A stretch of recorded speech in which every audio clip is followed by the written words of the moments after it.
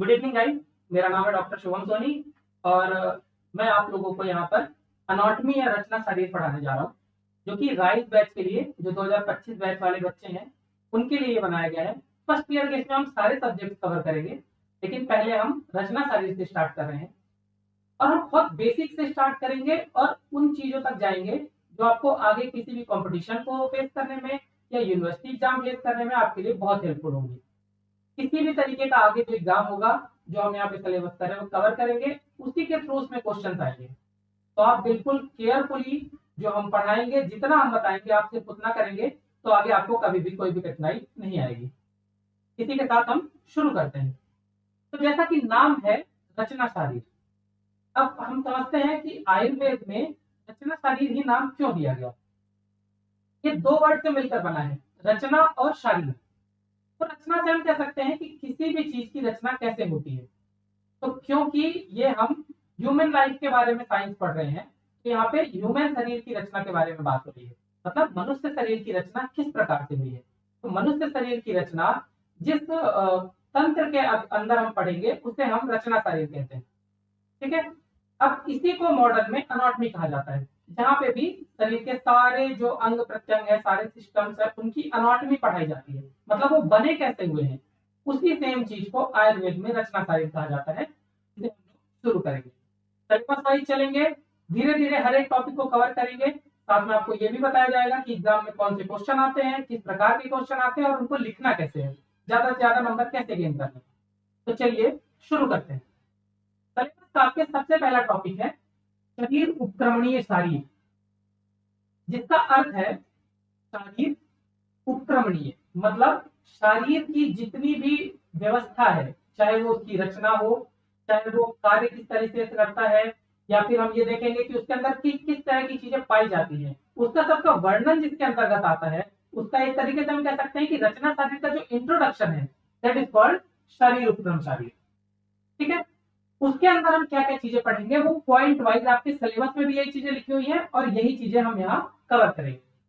सबसे पहला पॉइंट है शरीर एवं शारीर की व्याख्या। तो आपको पता है कि शरीर और शारीर दो अलग वर्ड है और दोनों का मतलब भी बिल्कुल अलग है।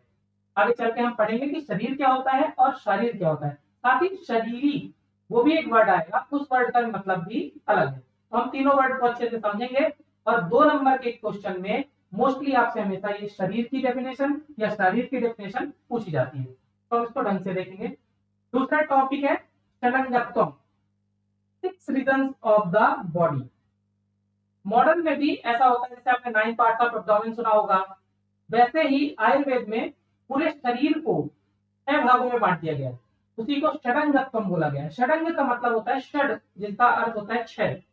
षडंगत्व 6 तत्व जो है, 6 अंग तत्व जो है, वो शरीर के षडंगत्व है। ठीक है। तीसरा है अंग प्रत्यंग विभाग। अब षडंग तो हमने बता दिया, तो षडंग क्या है, एक तो आप मान सकते हैं कि स्थूल रूप से, मतलब 6 पार्ट में हमने बांट दिया। अब उसके अंदर जो छोटे छोटे पार्ट हैं उन्हें हम बोलेंगे अंग प्रत्यंग। ठीक है। तो अंग प्रत्यंग हम उसके अंतर्गत पढ़ेंगे। फिर आता है शरीर शास्त्र विभाग। तो शारीर शास्त्र विभाग एक्चुअली क्या है कि शारीर जो है वो 2 पार्ट में डिवाइड है, क्रिया शारीर और रचना शारीर। तो क्रिया शारीर क्या है, रचना शारीर क्या है, दोनों कैसे अलग हैं, उनके बारे में हम शरीर शास्त्र विभाग में पढ़ेंगे। फिर आते हैं शरीर ज्ञान का प्रयोजन एंड इट्स डिस्क्रिप्शन। एक्चुअली है क्या कि हमको भी लगता है, आपको भी लगता होगा कि आखिर हम ये पढ़ क्यों रहे हैं। मतलब हमें शारीर रचना या रचना शारीर या क्रिया शारीर या जो भी हम सब्जेक्ट पढ़ते हैं उनका पढ़ने का हमारे लिए उपयोगिता क्या है। तो उस उपयोगिता को हम बताएंगे यहाँ पे शरीर ज्ञान के प्रयोजन में, कि हमें शरीर का ज्ञान होना क्यों चाहिए। एक्चुअली मैं आपको नॉर्मली बता दूं, तो जैसे आपको अगर किसी पेशेंट का ट्रीटमेंट करना है तो आपको नॉर्मल एनाटॉमी पता होना जरूरी है, उसके बाद ही तो आप ये बता सकते हैं ना कि ये नॉर्मल नहीं अब नॉर्मल है। तो हमें नॉर्मल पता होना चाहिए, इसलिए हम रचना शारीर पढ़ते हैं। नॉर्मल सी बात ये। अब हम धीरे धीरे एक एक टॉपिक को कवर करेंगे।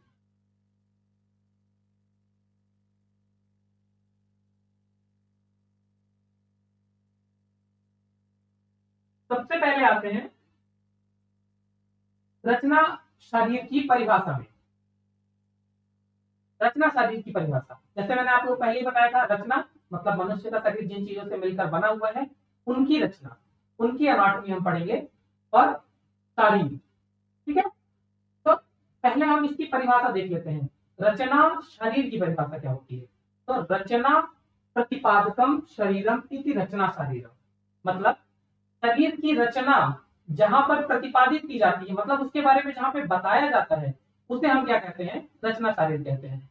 तो ये जो रचना शरीर आपका सब्जेक्ट है, इसमें आपके ही शरीर के बारे में सारी जानकारी, सारी स्ट्रक्चरल इंफॉर्मेशन आपको मिलेगी आयुर्वेद के अकॉर्डिंग। फिर इसी को हम मॉडर्न में अनाटॉमी में पढ़ेंगे, पर पहले हम आयुर्वेद कवर करेंगे, फिर उसी को इसके साथ साथ ही हम इसको मॉडर्न से कोरिलेट करके भी पढ़ते रहेंगे, जिससे आपको समझने में ज्यादा आसानी होगी। देखिए, इसका अर्थ में लिखा हुआ है जिस शास्त्र में शरीर के अंग प्रत्यंगों की रचना का अध्ययन किया जाता है। वही मैंने जैसे आपको बताया था कि स्ट्रक्चरल जो आपकी बिल्डिंग है, कि हमारी बॉडी किस तरीके से स्ट्रक्चर्ड है, उसके बारे में जिसमें पढ़ते हैं वो होता है रचना शरीर। ठीक है, अब इसमें दो वर्ड है, रचना और शरीर। तो एक्चुअली मैंने आपको बताया था पहले ही कि शरीर, शरीर और शरीरी तीन अलग अलग वर्ड है, तो हम तीनों के बारे में पढ़ेंगे। एक्चुअली क्या होता है, जो शरीर है वो ह्यूमन बॉडी को आप नॉर्मली मान सकते हैं। शरीर क्या होता है, तो जिस ग्रंथ में शरीर के बारे में बताया जाता है वो शरीर होता है। और शरीरी क्या होता है, शरीरी नॉर्मली आत्मा को कह सकते हैं। मतलब शरीर और शरीरी और शारीर तीनों चीजें अलग अलग हो गई। शरीर क्या होता है, ह्यूमन बॉडी। शारीर क्या होता है, वह ग्रंथ जिसमें शरीर के बारे में बताया जाता है। और शरीरी हम किसको, आत्मा को मान सकते हैं। तो क्योंकि शरीर की शुरुआत जैसा कि आपको पता है कि गर्भ से होती है। जब बच्चा गर्भ में पहले गर्भ में जाता है, फिर धीरे धीरे उसका 9 मास तक मासानुमासिक वृद्धि होती है, उसके बाद फिर उसका जन्म होता है। तो हम गर्भ से शुरुआत करके शरीर के बारे में आपको बताएंगे। ये चीजें हम आगे चल के गर्भ के मासानुमासिक वृद्धि क्रम में भी पढ़ेंगे, पर यहाँ पे हम छोटा सा इंट्रो के रूप में उसे ले रहे हैं, उसके बाद वहां पे हम डिटेल में पढ़ेंगे। तो देखिए, ये परिभाषा है, शुक्र शोणित जीव संयोगे तू खल कुक्षी गते गर्भ संज्ञा होती। शुक्र शोणित, यहाँ पे शुक्र जो है वो सीमेन से लिया जा सकता है। शोणित, शोणित को यहाँ पे ओवम कह सकते हैं। शोणित का वैसे अर्थ जो होता है वो रक्त होता है, लेकिन आयुर्वेद में जो ये शुक्र है वो सीमेन, और जो शोणित है वो यहाँ पर पे ओवम से लिया जा सकता है। कह रहे हैं कि शुक्र और शोणित जीव संयोग है। शुक्र और शोणित का जब जीव का संयोग होता है, शुक्र और शोणित का संयोग हुआ, मतलब सीमेन और ओवम मिल गए हैं। मिले कहाँ है, गर्भ कुक्षी में। कुक्षी का अर्थ होता है, आयुर्वेद में कुक्षी जो है वो पेट के लिए वर्ड यूज किया गया है। एक कॉमन टर्म है कुक्षी, पेट के लिए। गर्भाशय भी बोला जा सकता था, लेकिन उस समय पे यहाँ पे हम कुक्षी से गर्भाशय ही लेंगे कि गर्भाशय ही है। तो शुक्र और शोणित का संयोग हुआ, कहाँ हुआ, कुक्षी में। हलु, देखिए हलु क्या है, आयुर्वेद में कुछ वर्ड ऐसे होते हैं जिनका अर्थ कभी नहीं बदलता है, उन्हें हम अव्यय कहते हैं। उन्हीं में से एक अव्यय है खलु, जिसका अर्थ है होता है निश्चय ही। ठीक है, तो शुक्र और शोणित दोनों जब कुक्षी में जब उनका संयोग होता है, तो खलु यानी कि निश्चय ही किसकी उत्पत्ति होती है, गर्भ संज्ञा, मतलब उसे हम गर्भ कहते हैं। तो जब शुक्र और शोणित यानी कि सीमेन और ओवम कुक्षी यानी कि गर्भाशय में मिलते हैं, तो उससे गर्भ की उत्पत्ति होती है, ऐसा आचार्यों ने बताया है।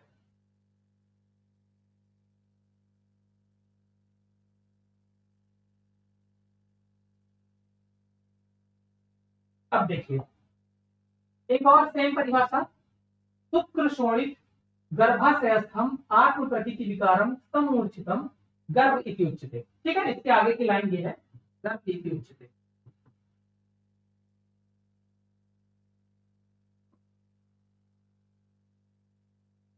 सेम चीज यहाँ पे वो अलग आचार्य ने बताई थी, ये दूसरे आचार्य ने बताई है, सेम चीज बताई है। शुक्र शोणितम, फिर से यहाँ पे शुक्र का मतलब सीमेन, शोणित का मतलब ओवम, गर्भाशयस्थम। देखिए वहां पर कुक्षी की बात की गई थी, यहाँ पे सीधे सीधे वर्ड बोल दिया गया गर्भाशयस्थम।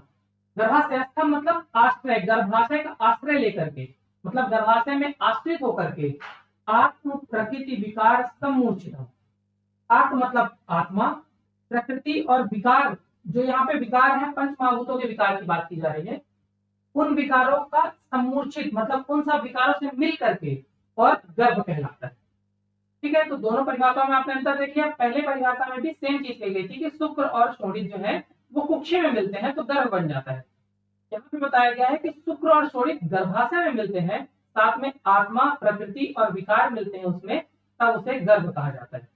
अब वो गर्भ में आगे कैसे होता है, गर्भ बढ़ता कैसे है, गर्भ को बड़ा होने में या उसके बढ़ने में या फर्स्ट मंथ से लेकर के 9 मंथ से उसके डेवलपमेंट में किस तरीके से पंच महाभूतों की भूमिका होती है, वो हम अगले श्लोक में देखेंगे। देखिए, तम चेतनावस्थितम। चेतनावस्थितम, चेतना का मतलब होता है कि उसमें कॉन्शियसनेस आती है। और आगे क्या होता है, वायु विर्भजति। वायु, आयुर्वेद में जैसा कि आपको पता है 5 महाभूत होते हैं, आकाश, वायु, अग्नि, जल और पृथ्वी। कहा जा रहा है वायु विभजति, मतलब वायु विभाजन कर रही है। पहले जब गर्भ होता है वो एक छोटे पिंड के रूप में होता है, फिर धीरे धीरे उसमें हाथ पैर निकलते हैं, फेस बनता है, आईज बनती है, सारे अंग बनते हैं। तो उनका विभाजन कौन करता है, तो वायु यानी वात करता है। तेज एन पचती, तेज मतलब यहाँ पे अग्नि से लिया जा सकता है, अग्नि महाभूत से। तो तेज जो है वो उनका पाचन करता है, जो भी शरीर में जरूरत होती है उनका पाचन करता है। आपह क्लेदयंती, आप का मतलब यहाँ पे पानी से है या जल से है, तो जल महाभूत क्या करता है, क्लेदन करता है। कहीं पे भी अगर थोड़ा सा भी मॉइस्चर की जरूरत है तो वहां पे जल महाभूत उसका काम करता है। पृथ्वी सहती, पृथ्वी महाभूत जो होता है, जैसा कि हमको पता है पृथ्वी ठोस है, तो पृथ्वी उसको आकार देने की जो काम है वो पृथ्वी करती है। आकाश विवर्धयति एवं विवर्धितः, आकाश जो है, आकाश महाभूत से हम हमेशा देखेंगे जो भी खाली स्थान होता है शरीर में या किसी भी जगह, वो आकाश महाभूत की वजह से होता है। तो शरीर में जितने भी हॉलो चैनल्स होंगे, चाहे वो ब्लड वेसल्स हो, चाहे हमारी एलिमेंट्री कैनाल हो, वो जो है वो आकाश महाभूत बनाता है। ठीक है, आकाश विवर्धयति एवं विवर्धितः स यदा हस्तपाद जिह्वा घ्राण कर्ण नितंबादि रूपतः तथा शरीर इति समझा लभते। इस प्रकार से ये पांचों महाभूत मिलकर बनाते क्या क्या है, हस्तपाद हाथ पैर, जीवा मतलब कि जीव टंग, घ्राण यहाँ पे ऑल्फैक्टरी की बात कही है, घ्राण मतलब आप नोट से ले सकते हैं उसको। कर्ण नितंबादिति, कर्ण मतलब कि कान, नितंबाविति, नितंब मतलब बटक, नितंब आविति भिरंग रूप तय यथा शरीर से समझे लगते। इन सारी चीजें साथ में आदि लगा दिया गया है, इन सारी चीजों से मिलकर ही हमारा जो शरीर है वो बनता है। तो सबसे पहले अपन ने देखा कि गर्भ किस तरीके से बनता है, तो अपन ने देखा कि सीमेन और ओवम गर्भाशय में मिलकर के गर्भ बनाते हैं। अब उस गर्भ से नवजात बालक कैसे बनता है, उसके बारे में पंच महाभूत की भूमिका बता दी गई कि पहले वायु उसका विभाजन करती है, तेज जो है यानी अग्नि जो है वो उसको पचा देती है, मॉइस्चर का काम वहां पे जल कर देता है, आकाश जो है वो उसको बढ़ाने या हॉलो चैनल्स बनाने में हेल्प कर देता है। उसके बाद ये सारे स्ट्रक्चर बनते हैं और शरीर बन जाता है। ठीक है, चलिए आगे देखते हैं।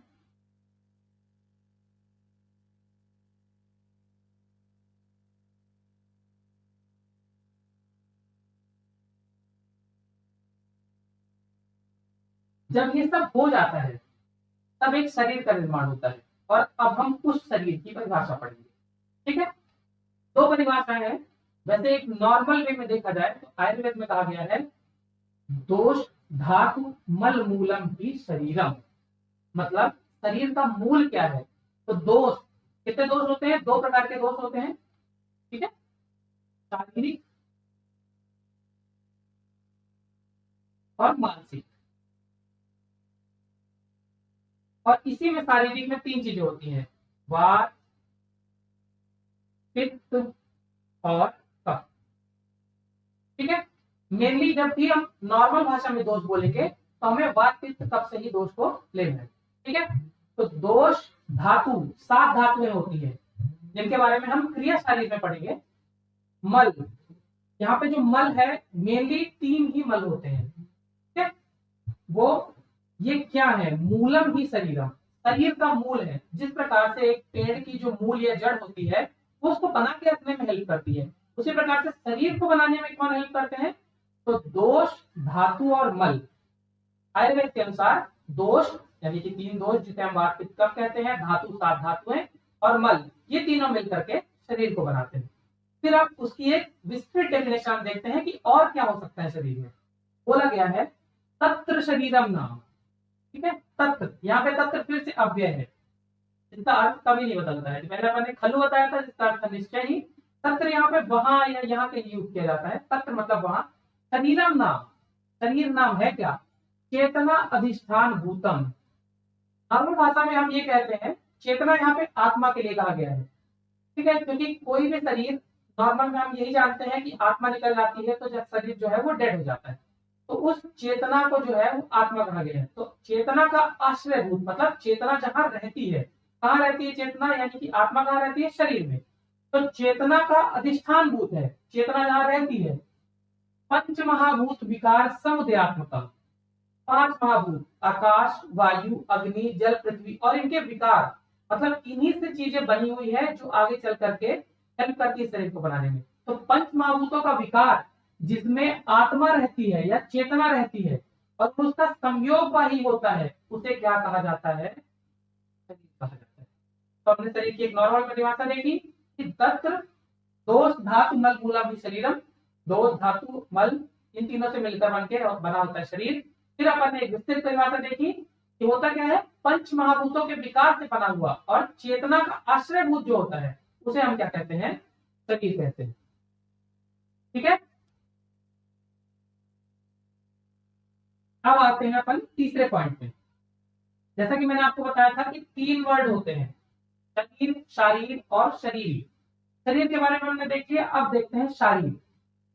एक्चुअली है क्या कि किसी भी प्रकार से जहां हम शरीर के बारे में पढ़ते हैं उसका संकलन करके अगर कोई एक ग्रंथ बना दिया जाए या कुछ भी एक ऐसी बुक बना दी जाए जिसमें शरीर के बारे में सारी चीजें दी हों, उसे हम कहेंगे शारीर। तो नॉर्मल भाषा में था, और आप आयुर्वेद पढ़ रहे हैं तो एक श्लोक देखते हैं जो शरीर के बारे में बताता है। कह रहा है शरीरम वित्रते सर्वदैव मानुष संपदा तस्मात् शारीरम स्थानम उच्यते। क्या है कि जो भी आप संहिता पढ़ेंगे, आपके फर्स्ट ईयर में ही संहिता अध्ययन करके एक सब्जेक्ट है जिसमें चरक संहिता का कुछ पार्ट है और अष्टांग हृदय का कुछ पार्ट है। इन सब संहिताओं में स्थान के रूप में ये संहिताएं जो है वो विभक्त, उसमें एक स्थान है शारीर स्थान। तो ये शारीर स्थान की डेफिनेशन है, ठीक है। शारीर स्थान की डेफिनेशन कहा जा रहा है कि समस्त शरीर का दैव और मानवीय साधनों द्वारा, दैव का मतलब क्या है यहाँ पर? जो देवताओं के द्वारा किया गया है, जिसे हम नॉर्मल भाषा में मॉडर्न में आप उसको नेचर बोल सकते हैं, प्रकृति के द्वारा किया गया और मानवीय साधनों द्वारा किया गया जो चिंतन है, उसके सभी भावों को जहां पर वर्णित किया जाता है, जहां पर व्यक्त किया जाता है, उसे शारीर स्थान कहते हैं। कुल मिला के ओवरऑल आप ये समझिए कि शरीर के सभी प्रकार का ज्ञान जो है, शरीर का सभी प्रकार का ज्ञान, चाहे वो संरचनात्मक हो चाहे वो क्रियात्मक हो, वो जहाँ पे वर्णित होता है उसे हम शरीर कहते हैं। ठीक है, क्योंकि हम यहाँ पे रचना शरीर पढ़ रहे हैं तो हम यहाँ पे स्ट्रक्चरल ज्ञान के बारे में ही जाएंगे, ठीक है, कि बना कैसे है शरीर, शरीर के अंदर कौन कौन सी चीजें होती है जो उसको बनाती हैं, तो वो हम पढ़ेंगे रचना शरीर के अंदर। ठीक है, अगला श्लोक देखते हैं।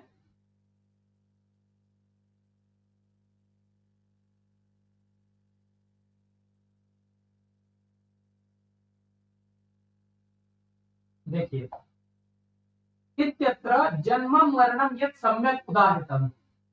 जहां पे जन्म और मरण, यहाँ पे दिया जन्म और मरण, जहां सम्यक उदाहृतम, सम्यक मतलब सही तरीके से, ढंग से, उदाहरण के साथ या उदाहरित किया गया है या उद्धृत किया गया है जिसे कहते हैं, मतलब उसका अच्छे से डिस्क्रिप्शन दिया हुआ है।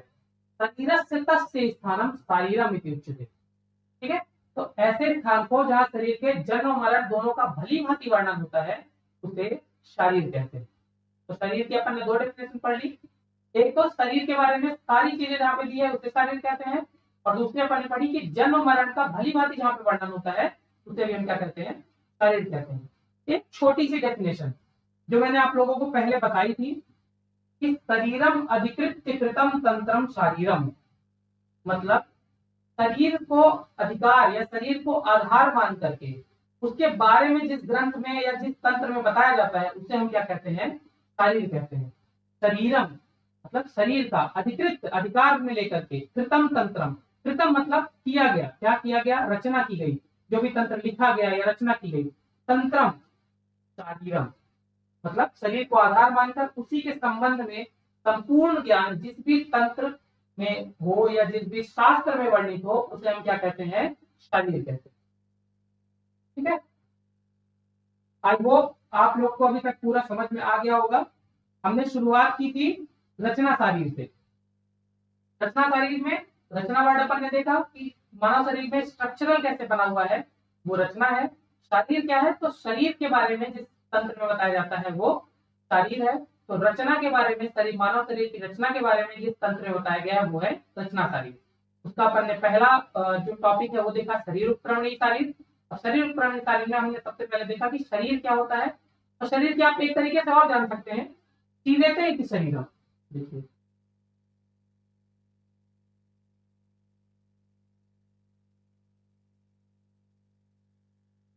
शीर्यते इति शरीरम।